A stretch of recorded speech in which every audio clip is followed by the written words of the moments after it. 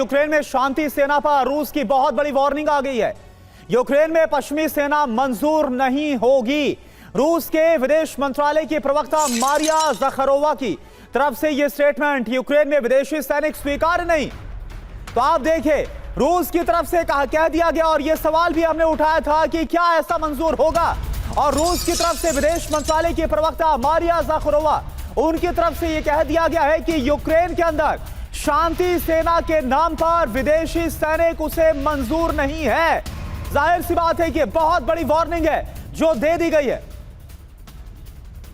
तो नेटो तैनाती को तैयार, पुतिन को नहीं है स्वीकार। अब सवाल क्या है, क्या पेरिस मंथन में वर्ल्ड वॉर 3 पर मुहर लग गई है? वजह क्या है? पेरिस में रूस को भड़काने वाले मुद्दों पर चर्चा हुई है, शांति पर तो ऐसा लग ही नहीं रहा कि बात हुई है। यूक्रेन में शांति सेना भेजने के प्रस्ताव पर मंथन हुआ। यूक्रेन में पश्चिमी सेना आई तो रूस से फिर सीधी जंग होगी। अब रूस की क्या वार्निंग है? यूक्रेन में किसी भी देश की मंजूर नहीं होगी सेना।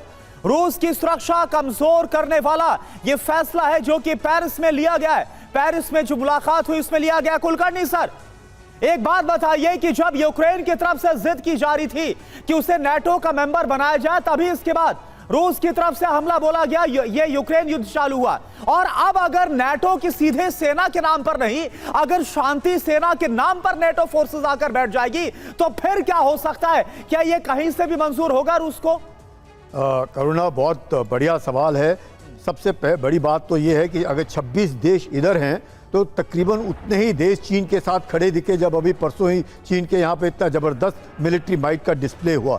ऐसे लगता है जैसे सेकेंड वर्ल्ड वॉर में अलाइड ऑन एक्सेस, उसी माफिक वहाँ पे भी 26 देश मिलकर के कोएलिशन ऑफ विलिंग बना रहे हैं, और इधर भी 26 देश जो चीन के साथ खड़े दिख रहे हैं। तो एक तरीके से कहीं ना कहीं ये जो वर्ल्ड ऑर्डर है ये क्रॉस रोड के ऊपर है। जहाँ तक रूस का सवाल है, रूस ने साफ कर दिया है कि हमारे यूक्रेन के अंदर कोई भी नहीं आएगा। ये पूरी लड़ाई शुरुआत ही इससे हुई कि नेटो की जो ईस्टर्न टुवर्ड्स उसका एक्सपेंशन था उसको लेकर के। यही कारण है कि ईस्टर्न यूरोप के पुराने जो देश हैं, हंगेरी हुआ, चेकोस्लोवाकिया हुआ, वो आज भी तेल खरीदता है।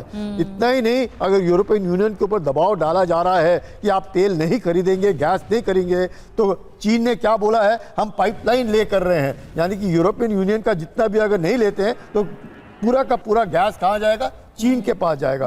तो रूस जो है दबा करके, रूस को मालूम है कि यूरोपियन यूनियन, जैसे त्रिपाठी साहब बता रहे थे कि वहाँ पे एक तरीके से दरार है, वहाँ पे बातचीत है, वो हिम्मत नहीं है, वो दम नहीं है। वो दम और हिम्मत पुतिन में है, जो पुतिन लगातार करके दिखा रहे हैं। 528 ड्रोन्स उन्होंने डाले हैं यूक्रेन के ऊपर।